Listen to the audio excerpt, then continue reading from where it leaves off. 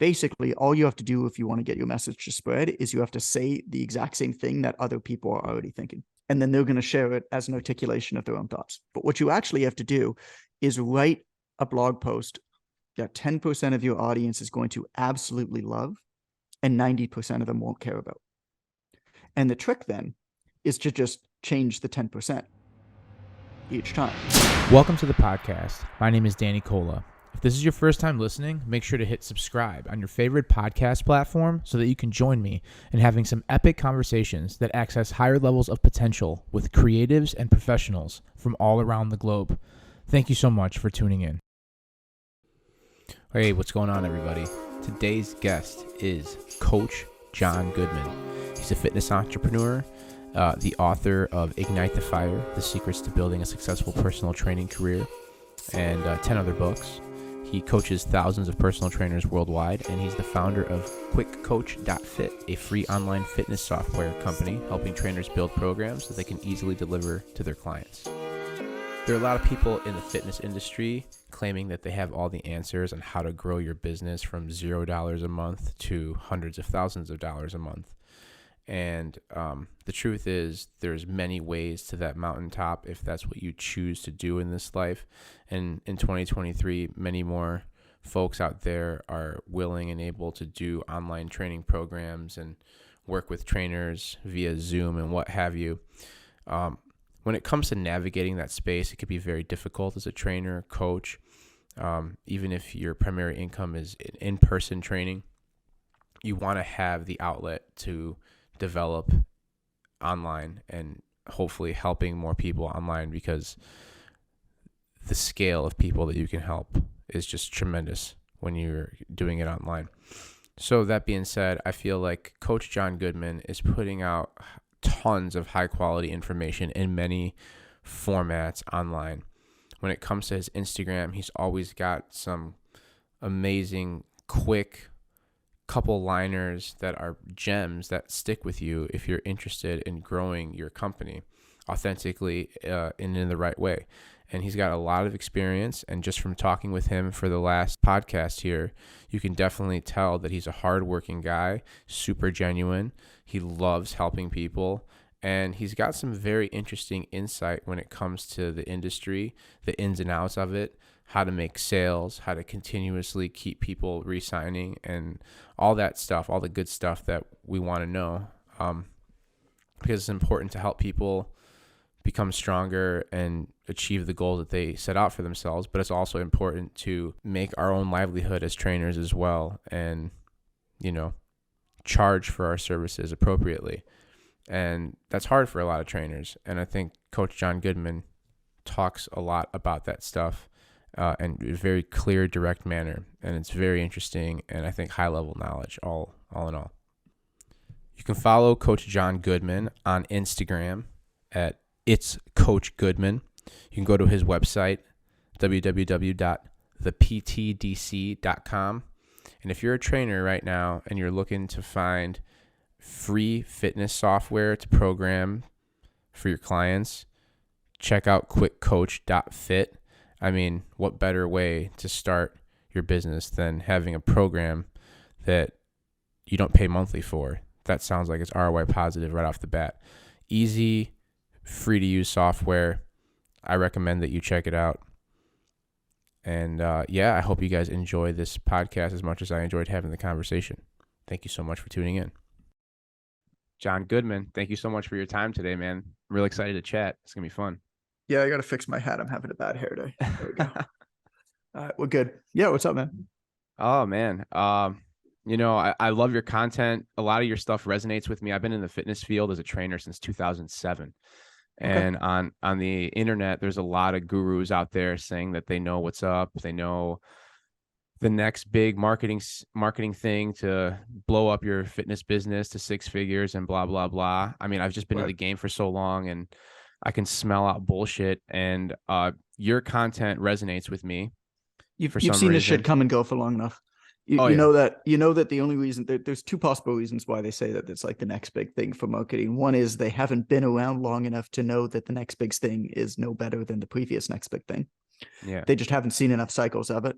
The second is they're just not a skillful enough marketer to be able to use language. It's like using words like success and like marketing copy. It's like it's a whole bunch of kind of nice sounding words that you use because you can't think of a better word that's more specific for the thing. We see it Yeah. fitness all the time. It's like people who say they help their clients lose fat and gain muscle. It's like, well, it's just like a whole bunch of like niceties that don't really mean anything to anybody. And it's the same kind of idea. Yeah, and I feel like a lot of these guys are targeting people like trainers that are like first starting out, which is great. Some trainers when they're first starting out need that direction. I know that when I started when I was 18 on the floor trying to find prospecting, or prospecting clients and trying to figure out a way to make a sale, I didn't have much direction. It was just, hey, go out there and do it. And now there's a whole nother world to training. It's this Right. online thing, there's a lot of different apps out there. There's a lot of different like programming apps where you could put your videos in there. And the pandemic got a lot of people from doing in-person stuff to online. And it's just the way of the digital world. There's a lot of ways that you could train people. And there's a lot of people out there trying to take advantage of some of those young trainers saying, hey, here's my bulletproof method to make 6 figures.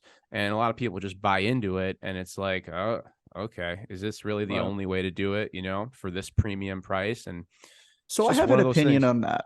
Yeah, go I ahead. have an opinion on that. That's perhaps somewhat controversial because of how uncontroversial it is. My opinion, or perhaps in a different way, the way that I just like have decided I kind of want to live my life is that I think that everybody is actually acting in their own mind for all the right reasons. Like nobody sets out and they're like, I'm gonna rip these people off. Right. Like every decision that somebody makes, and you can talk about this with like in as small of a market as like a fitness business market. You need to also talk about this. The most controversial thing that's happened in the last 20 years, 50 years, 100 years, I don't know, was Donald Trump's presidency. Mm, And same kind of idea. I'll spare you my opinions on it. It doesn't really matter for this conversation. And I wouldn't put it publicly enough anyway, because I just don't care enough to argue about it on the internet. sure. But I do believe that in their own mind, the decisions that they're making are perfectly justified because of a higher purpose that they do believe is the right Mm, thing to do. Now, objectively, that might be wrong. But I think that I think it's very important to um, default to good faith. And sure. I do think it's important also to default to trust over the course of our days. I think that's just like a better way to live. Sure. It's It's at the end of the day, it rises to the top. People see through BS, if you're working with somebody long enough. And I feel like the truth ends up coming out anyway. yeah, I mean, you've been in this game since 2007. So I graduated university in 2007. I technically have personal trained since 2005 because I was a personal trainer at the university gym while I was Mm, studying my I did a 4-year honors degree in kinesiology. So while I was studying kinesiology, second, third, fourth year, I worked at the university gym at the same time. But I started training full time in 2007 as well.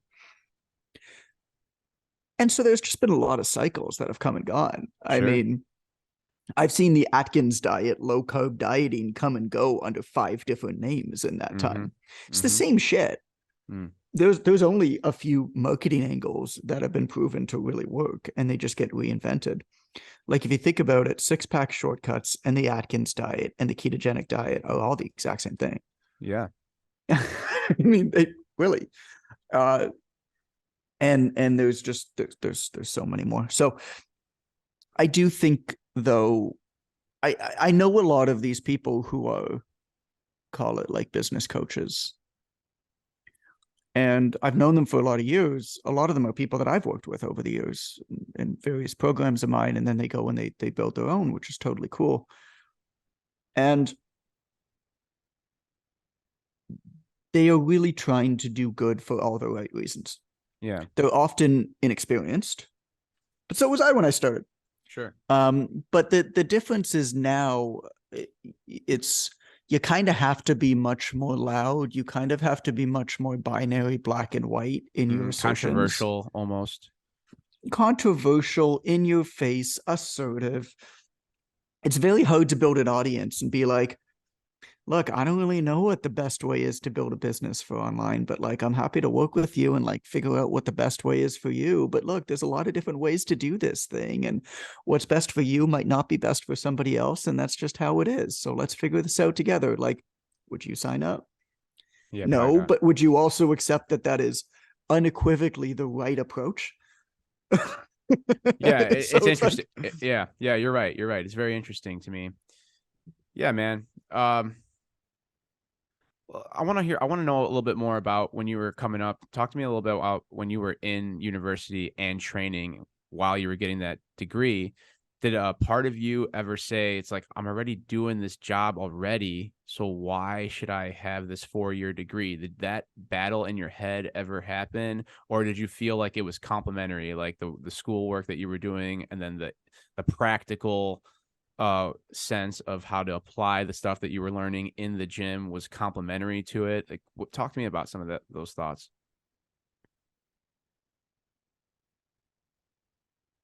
I didn't think about it. Because I Looking know, back, my background is I'm from a middle to upper class, reasonably affluent Jewish family from a suburb in Toronto, Canada.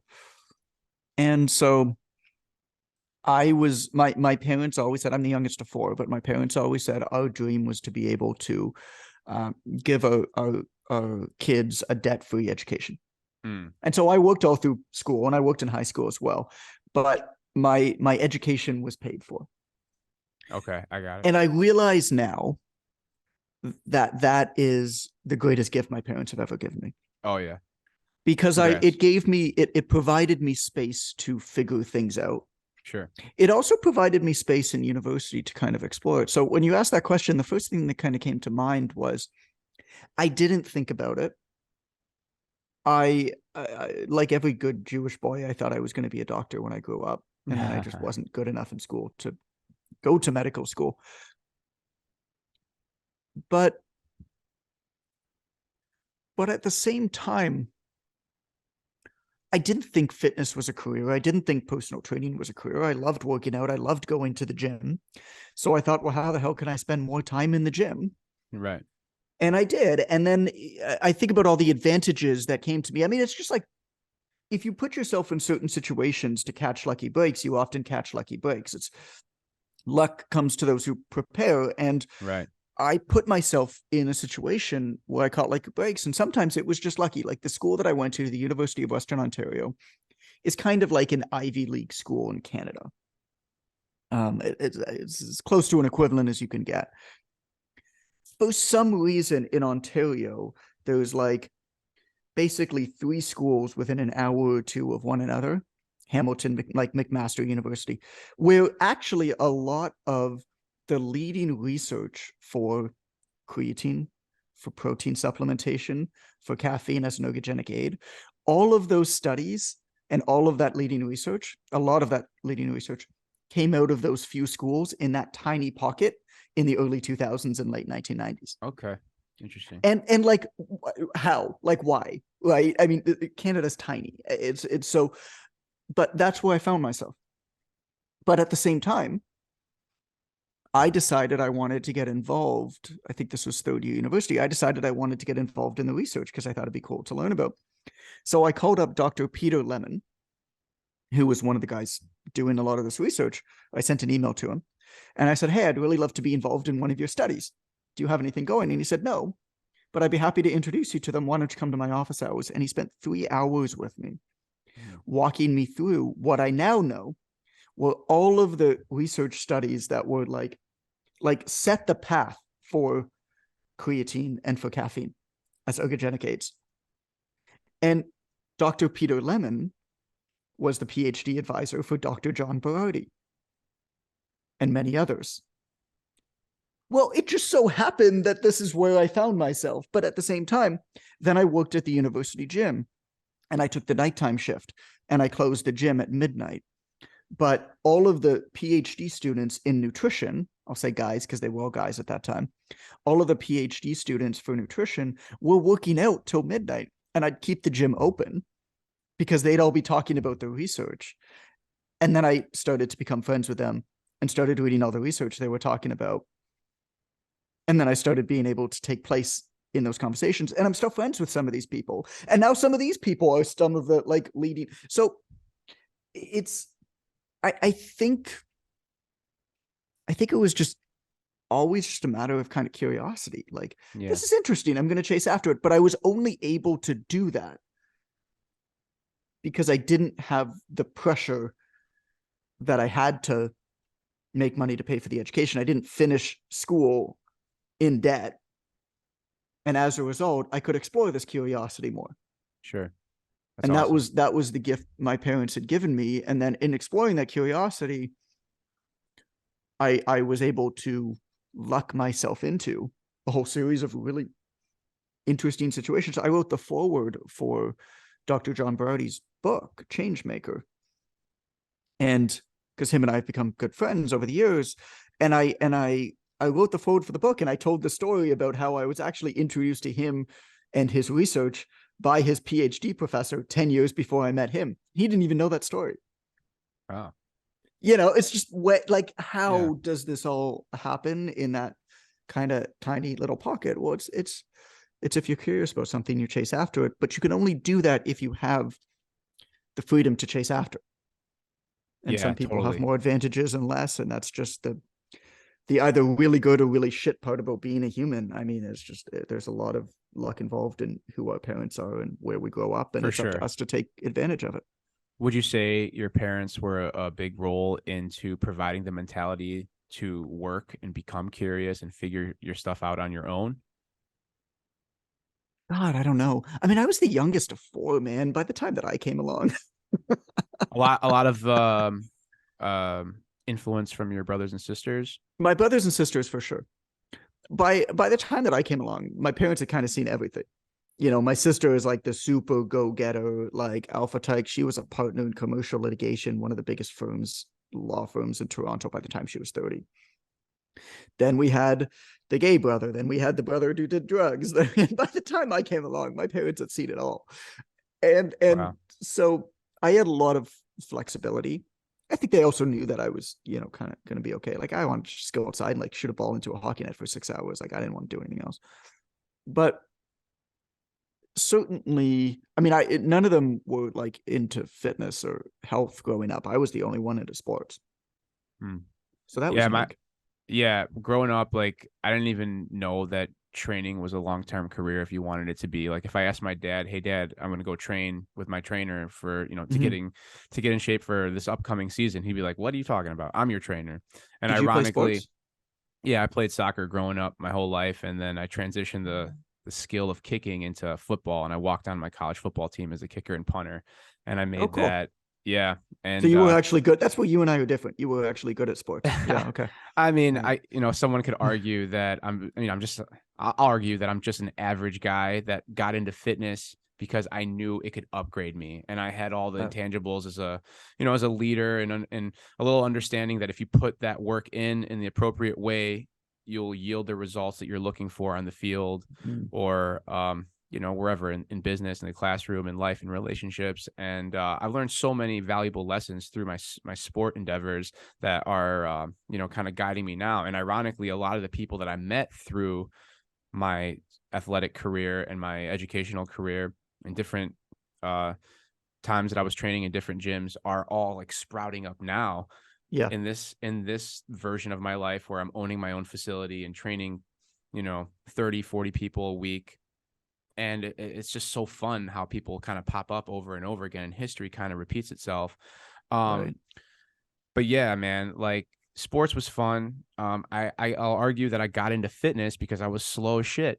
And, I wanted to figure out ways to get better. And little by little, I realized, oh, wow, okay, I'm getting good at this. I have, a little bit of personality, and a lot of people like the conversational aspect, what goes into exercise and training. I know I did. I loved training with my workout partners. And when I started training as a personal trainer at 18, I looked up to the elders that were already doing it for a long time. And they're like, hey man, I'm going to take you under my wing. I'm going to show you the ropes. And I just like naturally gravitated towards them. And then I wasn't afraid to like just be myself and authentic in my classes. I loved it so much.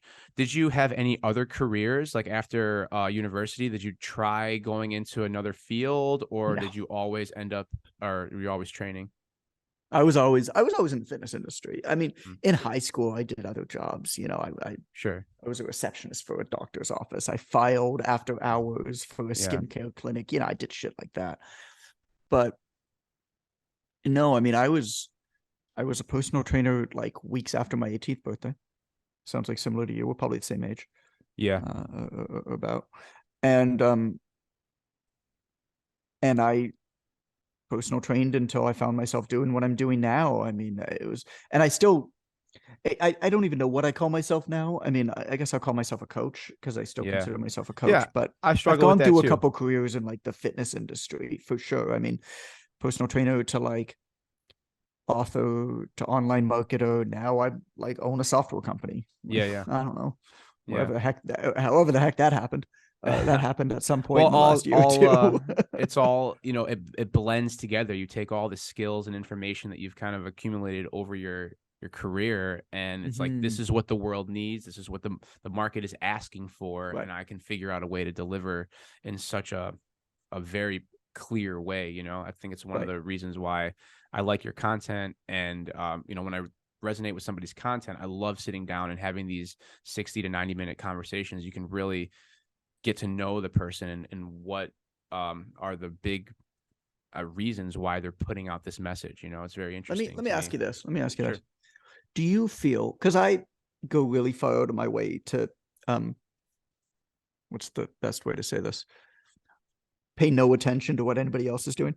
And so I generally just don't know what else goes on social media. I kind of I I'm very careful to control myself on there. So I go on and I will create my own material and I'll engage and stuff my own page, but I spend very little time anywhere else. When you Can you energetically tell whether something is being genuine to themselves with their content or not? Is that something that you can tell? You can be like, oh, I can because two people can put out the same message. Are you able to be like, nah, this feels like it's right for them, and then somebody else, you're like, it's kind of pandering bullshit. Like they're doing what they feel like they should do to like get likes. Can you Yeah. tell that? Yeah. I think for the most part, like, I can see through the negative, or not negative, just the BS versus authenticity. But I think a lot of times I struggle personally with the whole comparison thing. And then I start delving deeper into what other people are doing. And once I catch Mm, myself getting too deep into that, um, I got to quickly pull myself out, because it could be self-sabotaging and destructive. It's one of those things that I've definitely noticed about myself. And it's one of the toxic things about social media yeah. in general, in my opinion. But yeah, I think to answer your question, I feel like I got a good handle on it. I think now that I'm saying this out loud, a lot of times it could be my own projection towards what I'm watching, as like I get upset with myself because I'm not to somebody else's level, you know what I mean? Or where I think I Right. should be. And then I'm projecting my own negative emotion on somebody else's information or content or whatever. But yeah, man, like, I don't know. I think I can, but at the same time, like, how much is it my own BS projecting onto somebody else's, Yeah. content? If that makes any Here's sense. how I make sense of that. Because I struggle with that too. I struggle with envy and jealousy, and it's funny because I'm aware that some people look at me and envy what I built, but by the same token, I look at others and envy them, and it just I don't think it stops. I That's a think it's just part of the human condition. Yeah, piece of being human for sure. But what I've realized and how I make sense of it is that I think it's okay to admire what somebody else has without desiring the life that they have to live in order to accomplish that thing. So, like, Yeah. just to give you an example, many of my colleagues they've accomplished more than me. Right, I've done things, but like largely done things I'm not willing to do. One example is just constant travel for live speaking engagements. Like it's taking them away from their families for extended periods of time. And like, I don't judge them. Like it's right for them. It's their decision. Like totally Yeah. cool. I just know that it's not for me. And so I admire what they have, but I don't desire it for myself because I'm not willing to do what they've done in order to have it.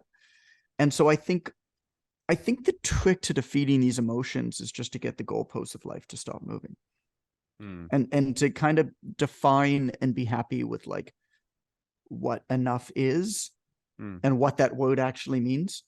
I'll give you another example. I have a lot of friends who have either taken large investments into their company or sold a lot of equity of their company. And as a result, they either have made more, their company's grown faster, or they've had this infusion of money. Either they've had a liquidation event where they've sold and gotten a ton of money and now don't have to think about money or whatever. But in every single case, I'm talking about people who I know very, very well, who I've had like real honest behind the scenes conversations with. And I won't share any details because it's not fair to them to do that, but they're no happier. They have less direction. They have less purpose. And they've dissociated themselves from the company they used to own that used to be a large part of their identity. Because they built their company and they built their company because it was a problem that they wanted to solve. It was something that they were really, really passionate about. And they built it the way that they should start to build it. And it was exceptional because of that. And then once the priorities changed, once they had to satisfy investors for this company or a VC firm or private equity firm or whatever, all of a sudden now the goals changed, right? The motivations changed. Sure. And the company started slowly shifting. And the story was always the same. The story was always, hey, yeah, no, it's great. We're super aligned on the vision, on where it's going. I'm going to stay on for 2 years, at a minimum, and watch this thing. And they're going to be able to take in, the money and the other resources they have. And it's going to be a rocket ship. We're going to help so many more people. 3 or 4 months in, I don't really agree with some of the decisions. I don't really feel like they're listening to me very much. I'm still kind of sitting on the board meetings. 6 months in, I decided to leave the company.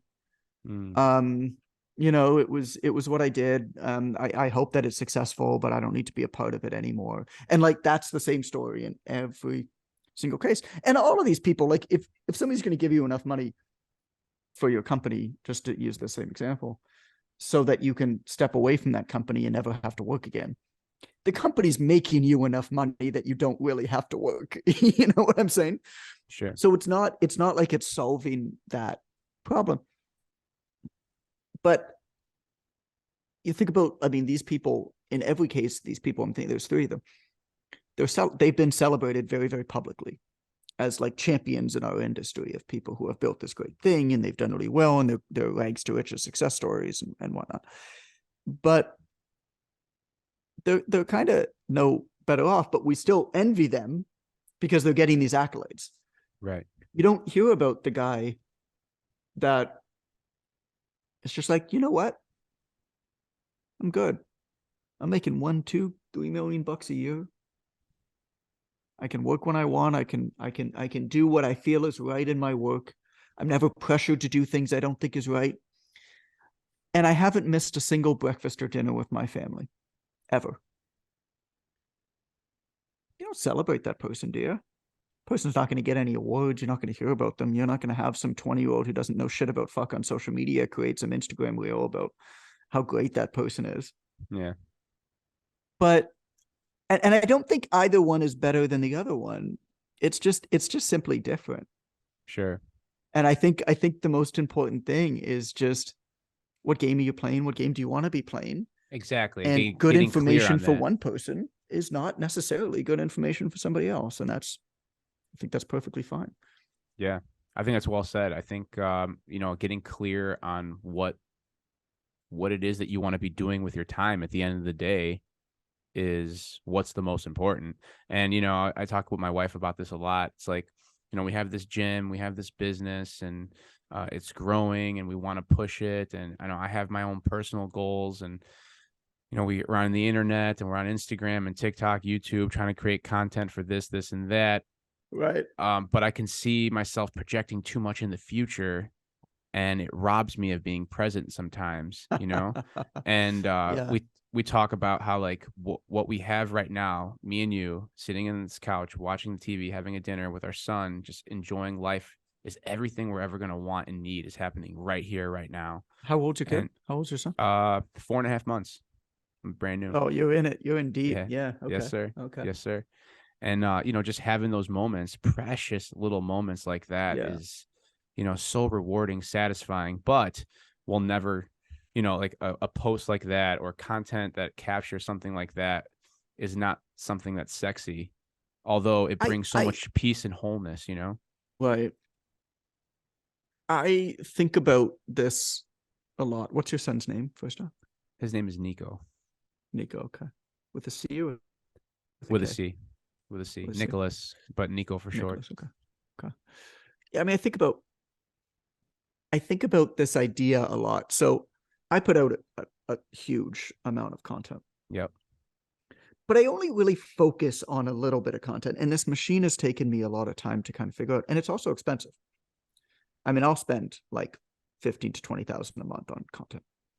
And I'm creating all of it. That's quite literally like editing and distribution. And you outsource all that, just to be clear? Yeah, I don't want to touch it after I show up to a thing. I'll give you an example in a moment.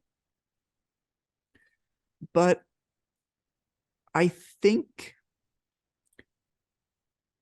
I'll talk to you about how I do it real quick, and then I'll talk to you about like how it kind of where my struggle is and where I'm kind of landing on it now, because everything is different. Everything is new, but nothing's different when it comes to content, when it comes to social media, when it comes to technology.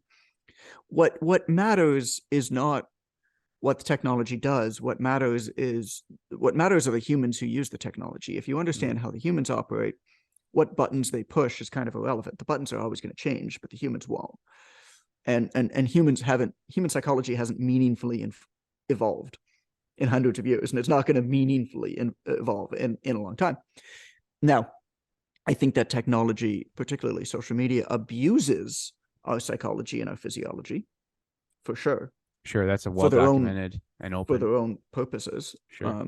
Which we need to be careful of. But, I mean, I write, as you know, because you follow me. So I write predominantly. I create very, very little video content, but I do like podcasting a lot. And I like podcasting because I consume a lot of podcasts. I enjoy consuming them. Yeah, me too.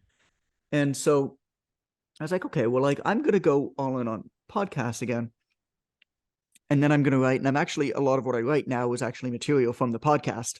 I write into stories because it kind of comes out either from me or I have two co-hosts, and then I write the story. Those are the posts that I've put up the last couple of days. I think it's also just a great way to promote the podcast. You like share the story, and then you're just like, hey, by the way, like I can't get into this in like a post on Instagram the way that I could get into on a podcast. So if you really want to go deep into this, listen to this episode. But I spend the majority of my time, I focus on one platform on Instagram that I like using. And I think you just like kind of have to pick one. And that's why I kind of like bring my community. But then we record the podcast, and the podcast gets cut up by, I don't know, some short clips company, who was just working with another like podcast that I admired, and I liked what they were doing. So I reached out to them, and hire them. And I don't touch it.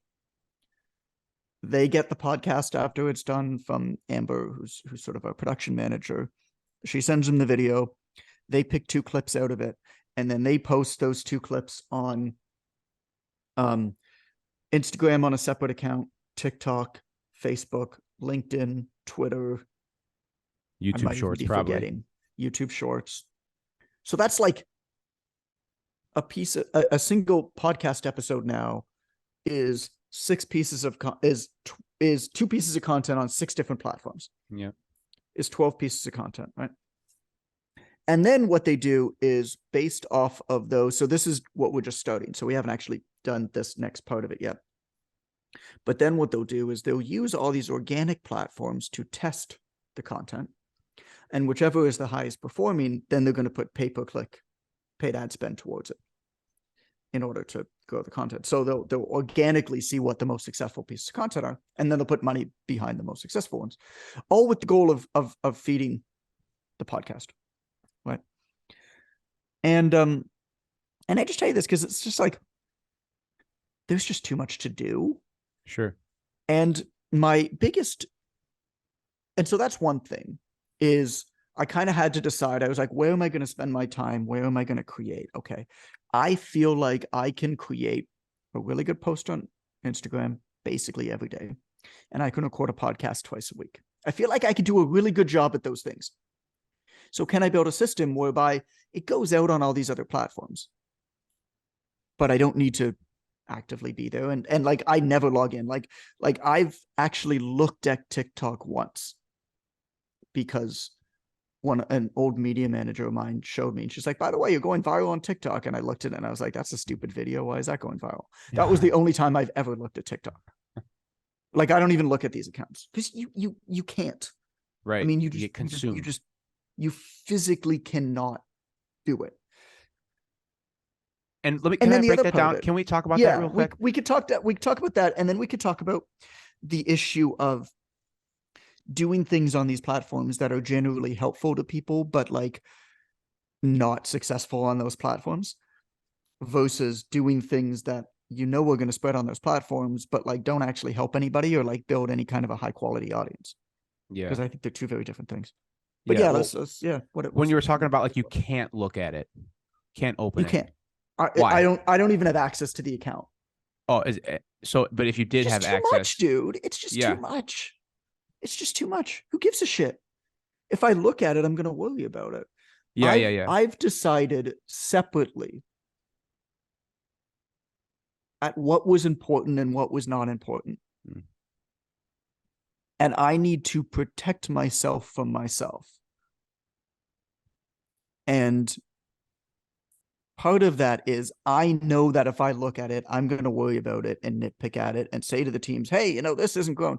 But meanwhile, I don't give a shit whether it grows, because I know that concentrated efforts in a place that objectively removed from the emotion of the situation, I've decided is the best place for me to be because of the combination of where my skill set is and where my audience is. I've decided that that's where I'm going to focus my efforts and focus my growth. All the other stuff can be there. Whether it grows or not doesn't matter, because I can generate way more eyeballs on one platform with concentrated effort that then get pushed to the other places. Right. Like somebody even, somebody commented that like on my Instagram, like, hey, tag me. Hey, it's Coach Goodman. Are you on LinkedIn? I was like, yeah, I have an account. Some of my content's put there by my team, but I never look at it. And he's like, cool, I'm going to send you a connection there. I like to spend time there. Fine. Right, so that starts to happen as people start to look for you on their individual accounts. But I mean, I know people who kind of laugh at this term creator that's thrown around now, because everybody's like, oh, I'm a creator. Content creator. Well, no, they just call it creator now. It's not the Facebook anymore. Now it's just Facebook. It's not a content creator anymore. Now it's just a creator. It's like, you're basically an entertainer without a job is what you are. Like put it this way. If all you can sell to your audience is how to build an audience the exact same way that you've built an audience, you haven't actually generated real value to anybody. You've just figured out a way to say the same thing as everybody else, a little bit better based off of the tools that are available today. And next week, that's going to change. Versus trying to actually solve real problems for a real group of people. And as a result, can build real businesses based off of those real problems. And if you can do that, you can just stack. I mean, I figure every 2 to 3 years, I'll just put out a new business. Because right now I have 4 businesses and I don't actively work in any of them. And they're all run by operators. Because it's all kind of aligned around the same mission. My struggle, though, with content is that, I mean, I wrote a book on social media marketing and content marketing called Vironomics. That was the #1 marketing book in the world in 2015. And the book is more applicable today than it was when I put it out. So I can tell you how this stuff works. And it was all about the psychology of why people use social media. I can tell you how all this stuff works. And I can create messages in every single day that just because I know why people use it, right? People use social media as an act of selective self-representation. They use social media because they want to feel like they appear intelligent, intellectual, interesting, attractive, or funny. Basically, all you have to do if you want to get your message to spread is you have to say the exact same thing that other people are already thinking. And then they're going to share it as an articulation of their own thoughts. Or, and the stronger you say that, the better, because there's a negative and there's a positive node on that network. Anything in the middle is kind of a dead space. People who really agree with you on one end are going to share it and say, oh my God, look at how smart I am that I agree with this person who like said something on the internet. It's funny. It's like people who say things on the internet are like authorities, but really it's just like some idiot who said something on the internet. And then on the other side, people who disagree with you share it because they say, look at this fucking idiot. A lot of look that. Look at what they're saying. They're so stupid, I'm so smart. Anything in the middle is a dead space. So I can do that on any given day. It's not very hard to do. But you're not actually solving any real problems for anybody. But the way that these algorithms work is you have to have engagement in order to have your messages seen by people. And there was something. So Tim Ferriss, if you're familiar with him. Big fan. Okay, so this is back when he was a lowly blogger. Back in like 07-ish. Yeah, and around that time. It would have been a little bit later because I was actively building my blog for trainers, the PTDC. And so he was blogging around the same time. So probably like early 2010s. Right. One of the things that he said that's always stuck with me is he says, the worst thing that somebody writing a blog can do is write material that everybody is going to kind of like. What you actually have to do is every piece of content that you put out, he was talking about blog posts, but what you actually have to do is write a blog post that 10% of your audience is going to absolutely love and 90% of them won't care about. And the trick then is to just change the 10%. Each time. And so I think that's actually the secret to doing social media really well these days, is to be uber specific with your content and produce stuff that 10% of your audience is actually going to really, really love, because they're going to engage like mad with it. And you're going to actually solve problems for them versus just putting out like kind of like nice sounding messages. Yeah. What do you think are those big problems that you feel are the most important today? Because, I used to, after, I don't know, from 07 to 2013, I was training in college, playing football. And I got into being a teacher. I was a high school teacher for 6 years. Okay. And, so many different pieces of, information kept coming at me as far as like, kids with behavior disorders, autism, ADD, ADHD, and then other health issues like heart disease, cancer, diabetes, neurodegenerative diseases are on the rise, suicide, mental illness, emotional distress, and inability to regulate stress. Like all these things, they started to like really resonate with me as like the big problems of humanity. And, putting out a podcast and content around some of these things are... Right. To me, like really, they resonate because I want to make an impact and share some fitness or whatever nervous system modality to help heal and show people and just to let people know there are things out there for self-healing. What do you think some of those big problems are that we're trying to solve?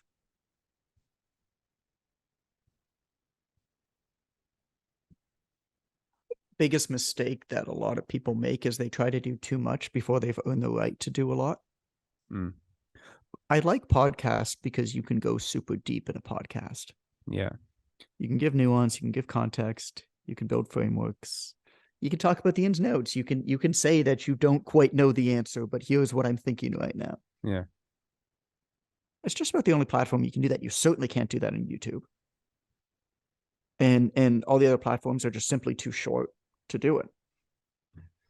The difficult thing about a podcast, of course, is that it's unquestionably the most difficult platform to grow an audience on. It's a great platform if you already have an existing audience to go deeper with them, which is why I didn't start my podcast until a year and a half into deciding I want to do social media again. And I built up Instagram and social media and just did that. And now we're on like episode 20 of my podcast. Like, we're brand new into it. And now I'm filtering that audience built somewhere else, right? If people want more information to go deeper, to the podcast. Yeah. Podcasts are very difficult to generate an audience on. If you're like a podcaster, I think you can use shorts and stuff in some respect, but it's still pretty tough. The biggest mistake that I see people making is they try to do too much. Your goal with a piece of content, particularly a piece of content that's free, is to help somebody take one step in the right direction, is to give somebody an ounce of belief in a place where they perhaps didn't have it, some sort of a win, some, one step forward. We exist in this world in the fitness and health industries where walk down the street and ask 10 people whether they want what you offer, and all 10 are going to say yes. In almost every case, I'll say 9.9. But you look at them and you're like, well, you're clearly not in that good physical or mental shape. You can often tell. Like, you might not be bad, but like, you're clearly not thriving in this area. And then you realize that they've tried and failed at this thing over and over and over again, largely because they've tried to do too much too quick, or they were promised a lot of things, or the fitness media marketing machine. Big fitness profits not on improvement, but on innovation. If you want to sell a lot of anything, you basically have to convince people that what they were doing beforehand is wrong. But now you have the answer. Innovation, not improvement. You can't sell somebody on this thing is a little bit better than you were doing before. But there's only so many times that Lucy can pull the football away from Charlie Brown. I'll give you a kicker analogy. Yeah, I love that Charlie Brown stops trying to kick that damn football. Yeah. There's only so many times where people can be told that the last best thing that they were doing was wrong and they made a mistake. But hey, now I have the secret. There's only so many times that can happen until they just start to lose faith. They're just like, there is just no way to do this. And so I think our job, if we're creating content, if that's what we're talking about, if we work in the health and fitness industry, is not to try to do too much, is just to try to help people take one step forward, perhaps view things in a little bit different light, where people take a step back and they're just like, okay, I think I could try this again. Can you give them a quick tip that's going to improve their sleep? Can you give them a quick breathing technique that they can do while they're staring at their phone in that infinite scroll, refreshing it to see if something is interesting this second that wasn't interesting last second? Can you give them some breathing technique that's going to just let them kind of breathe in, breathe out? And that's how you earn the right then to go deeper. You've got to earn your soapbox. You can't just, the reason that I can like hard teach now on my Instagram account and not give a shit whether I get any more followers is because for a year, I was focused on building the right type of community, the right type of audience, because I knew that a year from now, I'd want to teach. If I tried to teach on day one, no chance. It's a step-by-step thing. Yeah. And a lot of people get frustrated because they have a great message, but so what? How could somebody who doesn't know you, who has no connection to you, possibly know that you are actually, in fact, different and better? There's no way. It's just too There's a much lot. to There's even too think much out about. there. Yeah. There's just too much to even think about. And so you know that you're different and better, but by definition, you know way more about what you do than I know about what you do. I mean, think about how many people you follow. Think about even me. Like, we're talking on this podcast. You said that you've been following me for a while. You've been in this industry for a long time. Do you even know everything that I do? Like, probably not. No, You I probably know don't even some. know a fraction of it. And if I were to tell you about all the things that I do, you probably forget about the first ones by the time I got to the end. That's just the reality of the Sure. situation, isn't it? Sure. Yeah, man. Very interesting. Now, I want to talk about when you were doing your in-person stuff. Okay. Okay. And you started getting really busy, and all your time started being taken up with training people from 6 a.m. to 6 p.m. or whatever it was. I'm sure you had those moments. When did you think that, hey, It this wasn't is to not 6 this? p.m. It was to 9:30 p.m. Yeah, all day long, right? However many. 6. Yeah, there were usually I started at 6:30. Some days I started at 6, but I had a client almost every day of the week that ended at 9:45 p.m. I would When I did would you? do I would do 12 to 13 one-on-one sessions a day. Mm, yeah, I mean, similar to me, right? It's just like, how many can I squeeze in? The more I Yeah, train, the more money I make, more people I sure. connect, business And I was grows. young, and why the hell not? Sure. Sure, Yeah. right, exactly. And I sometimes still feel that way. But then you start thinking about burnout, you start thinking about, is this sustainable long term? When did those thoughts start coming into your head where you were like, okay, I like this, this is great, I love what I'm doing. But it's very draining, it's taxing, it's emotionally stressful. When did you realize, like, hey, this might Mhm. not be a long-term thing, and I have to start switching into writing books or developing software, creating online training? Right. Talk to me about that.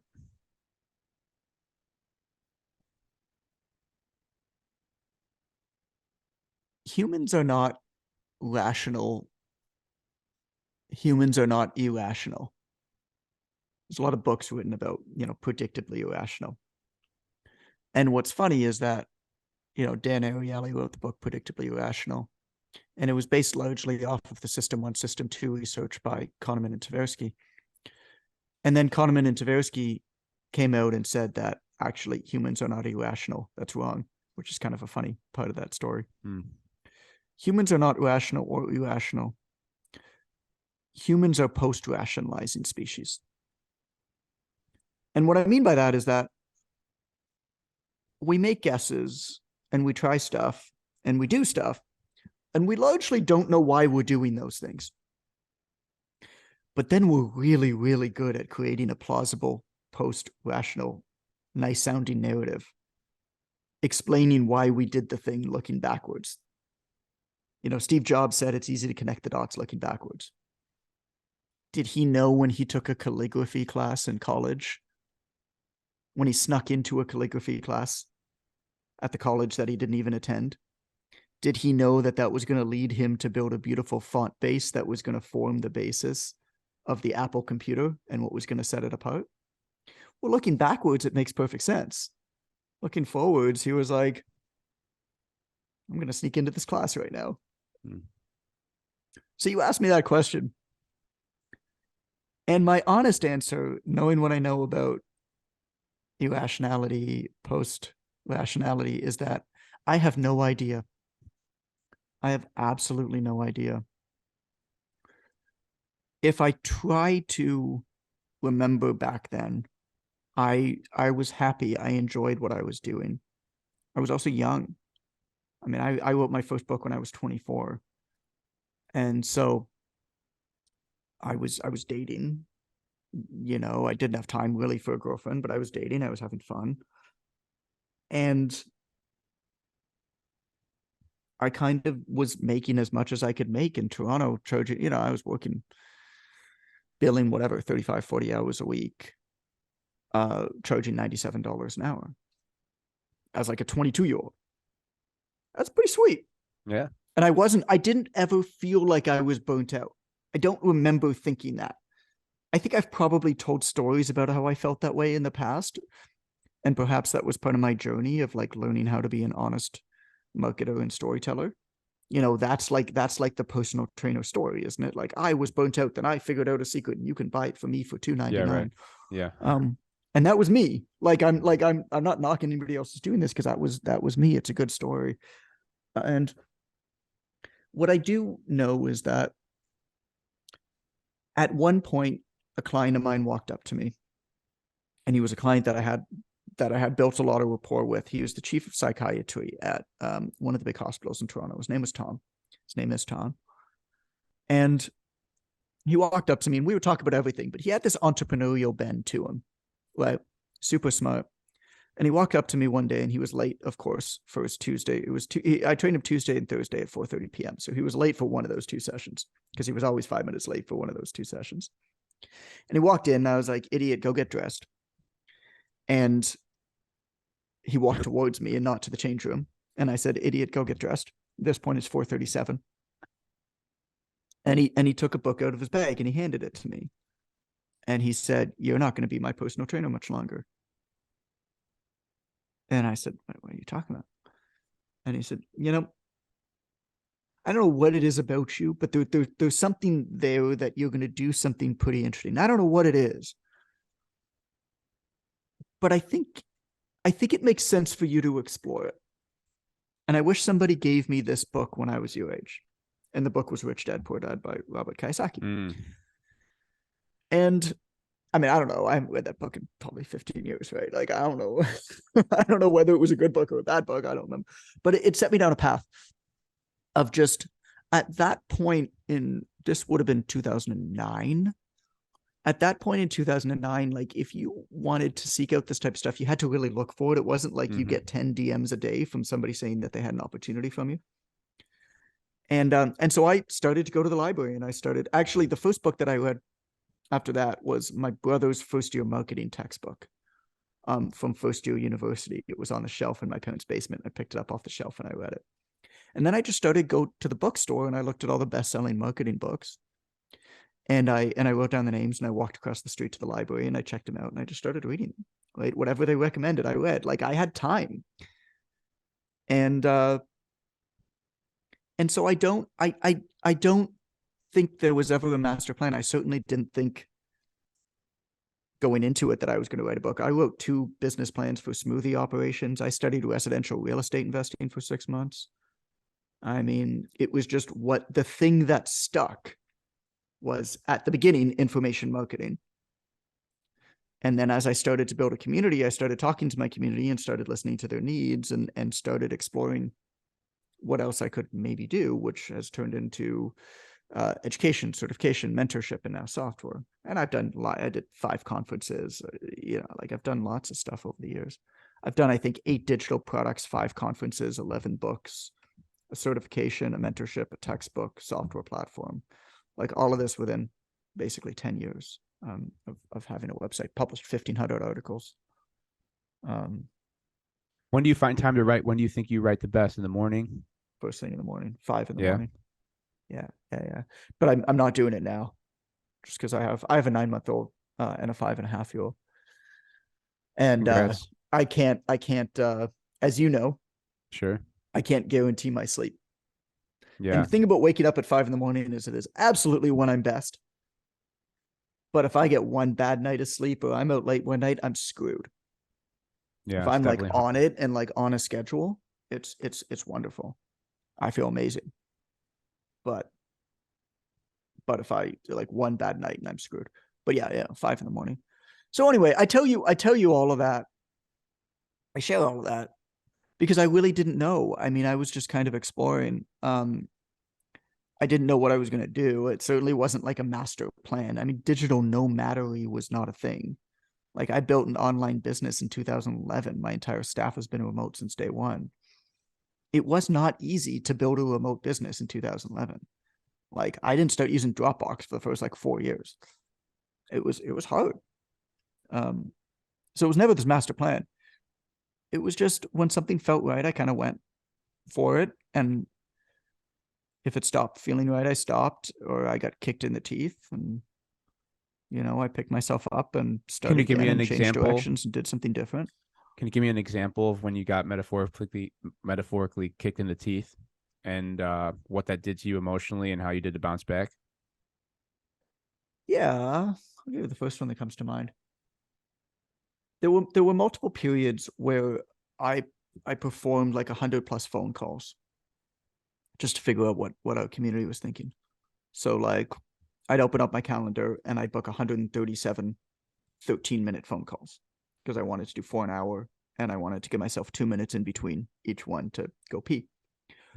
And then I changed it the next time that I did it. I changed it to 9-minute phone calls so I could do 6 an hour. And I asked the same type of questions. I wanted to ask people, different trainers around the world, over and over and over again, what frustrates you? What are your goals? Why do you think them? Right? The same couple questions, but I looked for themes, and I also looked for emotion in their answers. A lot of the times people would kind of say stuff and you could tell they didn't really mean it, but they kind of felt like it was what they thought that they should say. And that was how I built a lot of the products, for example. Like that's how, like, I built the first ever educational program to teach people how to build an online fitness business. I put it out in 2013. Well, it came from those phone calls. Crazy. And it Before wasn't its like how to time. be, yeah, and it wasn't like how to be a 6-figure trainer, because what also came out of those phone calls was that people really wanted to make $500 to $1,500 more, not on the gym floor. So the idea of a 6-figure trainer was just ridiculous. Nobody was even thinking that. Everybody else was marketing that. I was like, you guys are wrong. So I called the thing 1K extra, and to make $1,000 extra. Right? It all came out of those calls. So that's why I hammer in so often. You got to talk to people. You got to talk to a lot of people, and you got to say the same things over and over again, and ask questions and listen to what they're saying, and really listen to what they're not saying and what they're feeling. And so anyway, over the course of these conversations, I started to hear over and over and over and over and over again people saying that either they wanted to start a gym, or they had a gym and they had an impossible time finding trainers to work for them. And so what I did was I found, basically, her name's Jody Lumack. She's amazing. And I teamed up with Jody, who was sent around by Good Life Fitness in Canada to basically open up all the gyms nationwide. And I partnered with her to build a program called Hiring Trainers.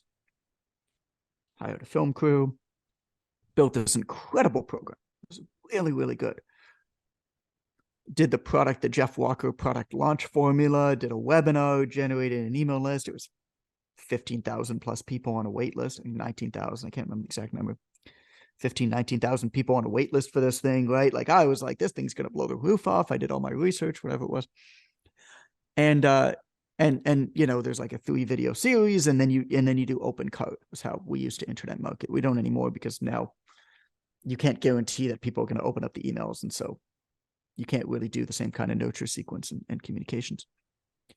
But I opened up the cart, and I don't think anybody bought for the first few hours.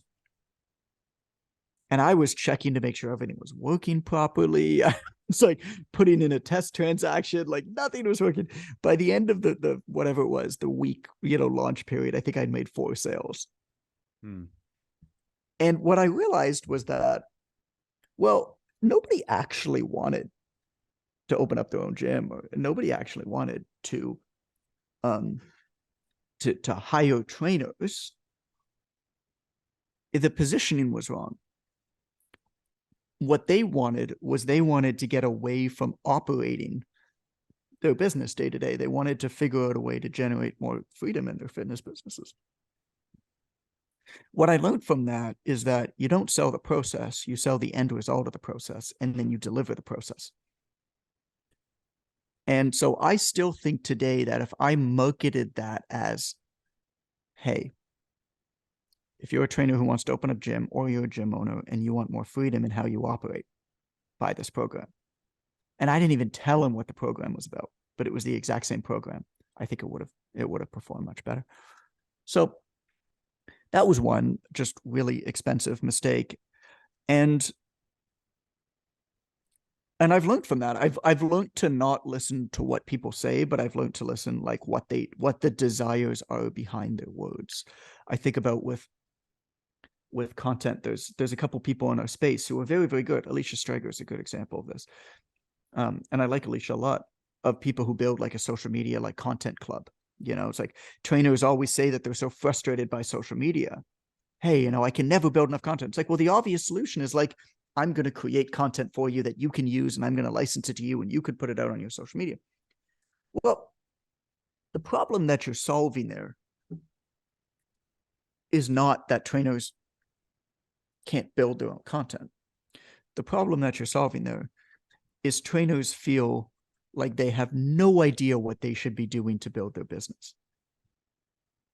And they don't have any direction. And they need somebody to basically say, hey, here's what you should do. Which is why, like, I haven't built a content club thing. It's not hard to do.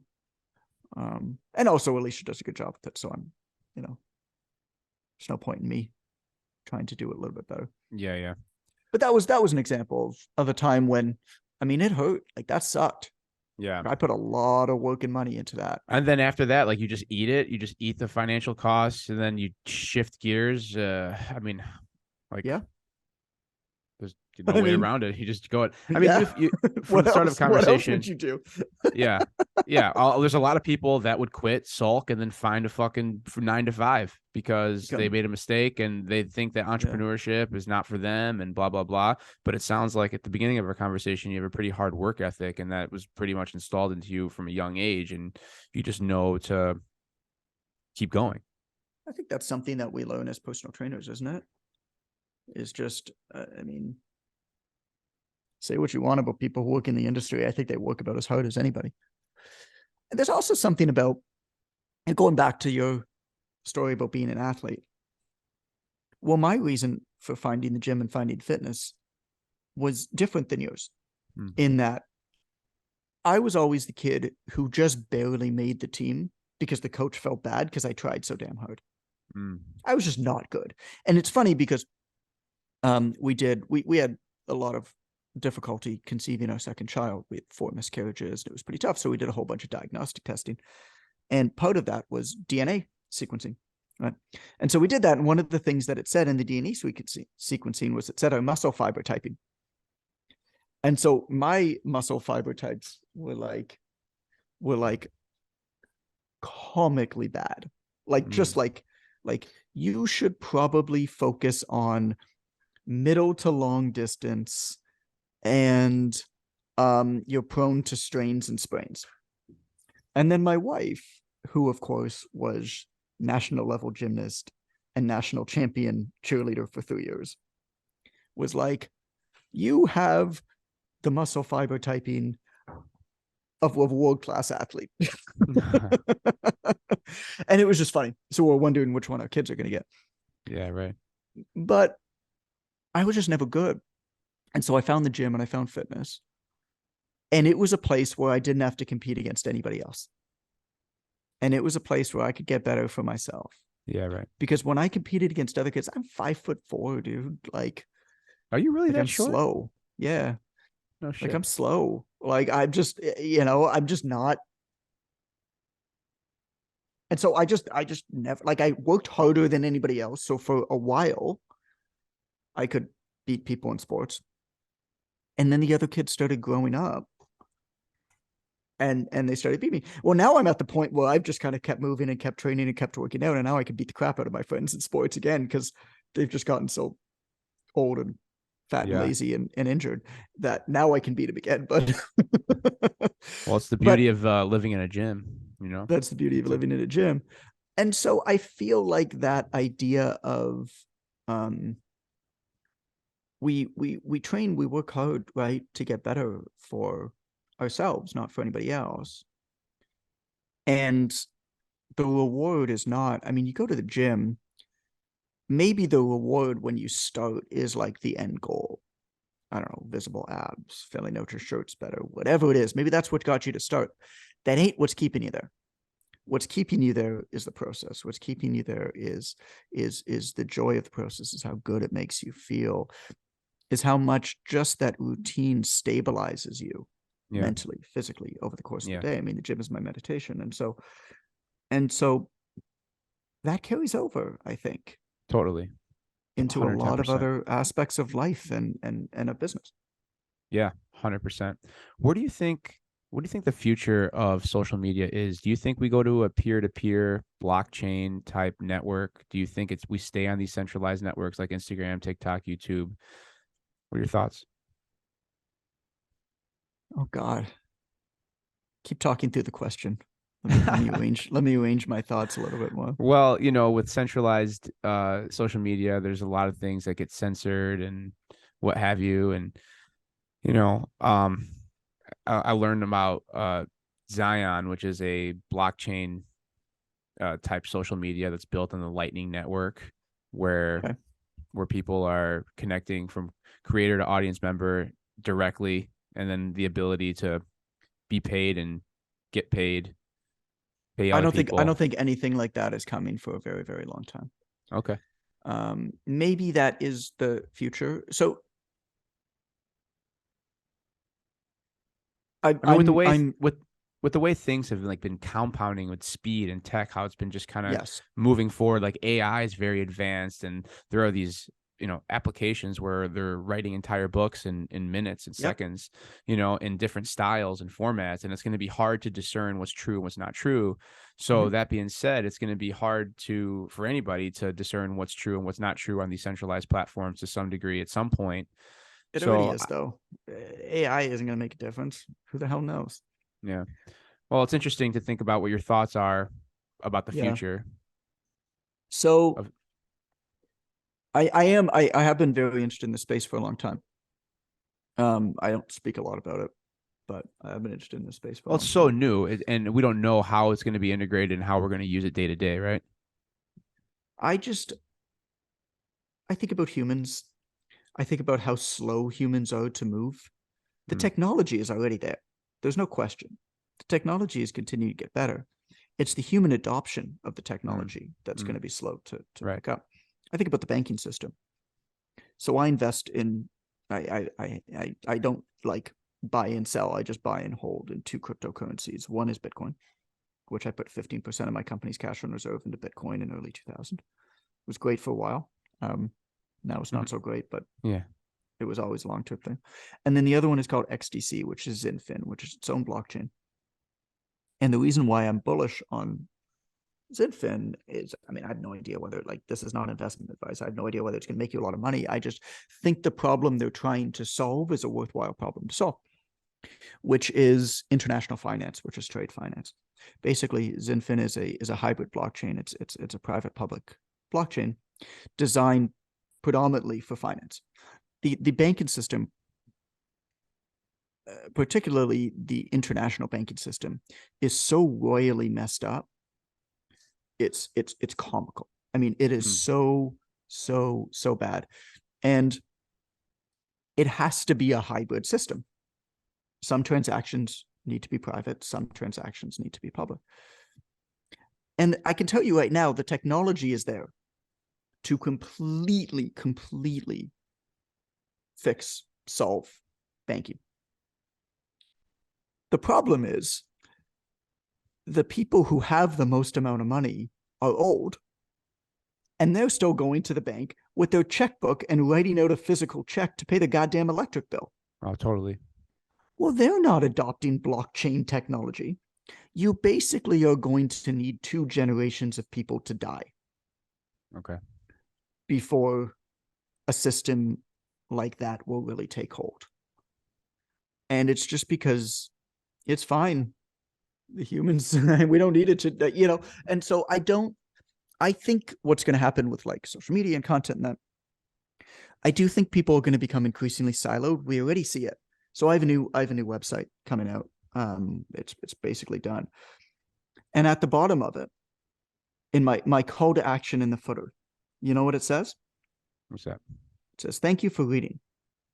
If you find any resource I share here helpful, please consider posting it to your trainer chat or sending it in a message to a friend, colleague, or manager directly. Not share to Facebook, not share on Instagram. And the reason for that is I think that what is happening and what will continue to happen is people will begin to revolt against these large scale networks and basically just trust nothing. And they're going to continually align themselves in very small, tiny communities that are basically everywhere. You know, some trainer somewhere has a group that he's formed, or some gym owner has a WhatsApp chat with his or staff Discord or her Telegram staff or whatever. whatever. And as a marketer, I can't hope to heck that I would even know that the vast majority of these things even exist, let alone trying to like get in them. I think that's going to happen more and more and more. I think there's going to be an increased siloing of attention to the point where there are just so many, almost in, I mean, not an infinite, but a seemingly infinite amount of tiny micro communities. Yeah, I agree. And you have to create messages, and you have to be known for something in such a way that when somebody asks, you get tagged, you become known for that thing. It's going to become, it already is kind of becoming, I mean, this is always what happens with decentralization. Whenever decentralization happens, it becomes very much sort of, the economy becomes very similar to like the developing world, where you have the very, very rich, and there's a few of them, and then you have almost no middle class, and then you have a huge long tail of people basically scratching and clawing at the bottom. And in some cases, like Amazon with a long tail, it's like a long tail is positive. Like you have an infinite amount of books, like that's great. In a lot of other cases, though, there's you're basically like at the top or you're nowhere. There's like no middle class. I think that's increasingly happening. We're seeing that happen in the fitness industry. Yeah. There are a number of people who are doing exceptionally well. There are fewer and fewer and fewer people who are doing just okay. And there is a ton of people who are really struggling. Yeah. Yeah, I agree. I see it myself. Do you feel during the pandemic you took advantage of the time to find a way to add value to people? No, I think I made a lot of mistakes, and I almost destroyed my business in the process. Interesting. I love the How much time you honesty. got? How much I time you mean, got? it's 3 o'clock. I probably shouldn't have asked that question and open up a can of worms. I mean, do you have another 15? You want to go another 15? I can go another 5. I got my 5. podcast at 15. I got to get ready Okay. for. All right, no problem. Yeah, I mean, you want to like the mistake I made. So, for anybody listening to this, I created, like I said, the first ever course for online fitness. Well, that turned into the first ever curriculum. Like I wrote the textbook for online fitness.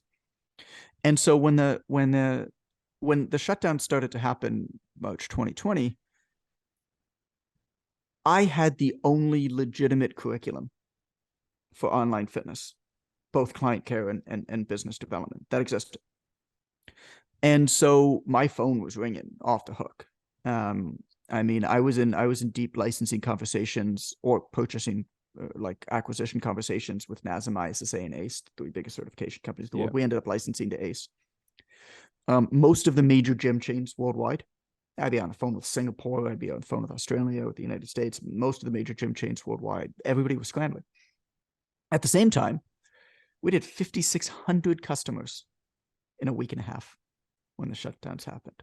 It was just like, all of a sudden, the entire fitness world that knew that they needed to do what we served them, all of a sudden the pain was big enough and they're like, oh my God. Meanwhile, our students who had done our program in the year or 2 prior got so many new clients when that pandemic hit. Oh my God, because they were prepared, because they preventative medicine, right? Sure. Doesn't matter unless, everybody gets sick, but and everybody got, when the pandemic happened, the shutdowns happened, all of a sudden these people were the only people prepared, and the majority of the fitness industry wasn't. Anyway, long story short, I tried to be the nice guy and drop the price and make my program more attainable for everybody.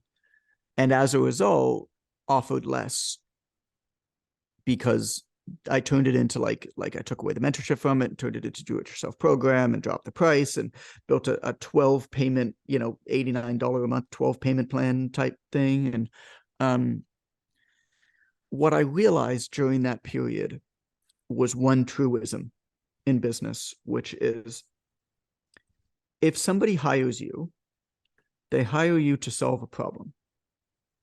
Whether they pay you a lot of money or a little bit of money is completely irrelevant. What matters is whether you help that person solve the problem. The difference is, if they pay you a little bit of money, you don't have many resources to help them solve that problem. And so you can't actually help them. Refunds are higher, retention's worse, referrals are non-existent. Yeah. And the business starts spiraling downwards.